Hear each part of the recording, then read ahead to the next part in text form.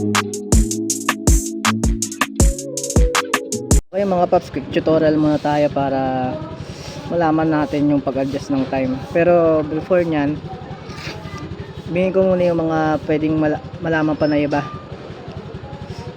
Dito nga may dalawang button tayo, ang left button tsaka right button. Itong left button na to is para sa pag-adjust. Didiinan mo siya.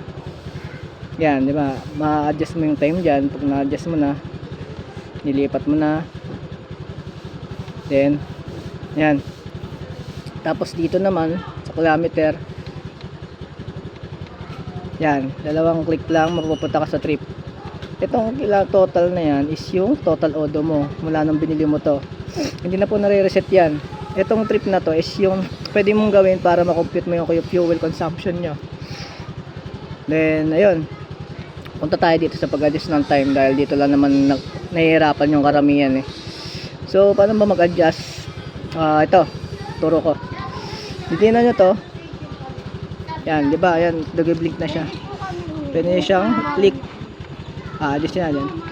Atin 3, 4 or 4 na ngayon. Then, kabila naman. Yan, 14. Atin, try natin yan. Ngayon, pipindutin nyo to. Yan, okay na yan, di ba? Ngayon, ito,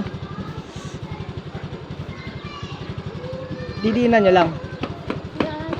Pupunta natin siya sa trip. Then didiinan nyo to para mag miles.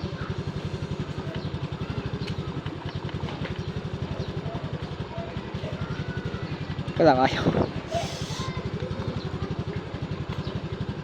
Miles yan. Ayan. Ngayon kapag nag miles na, ayun na, okay na yan. Hindi na maano yan.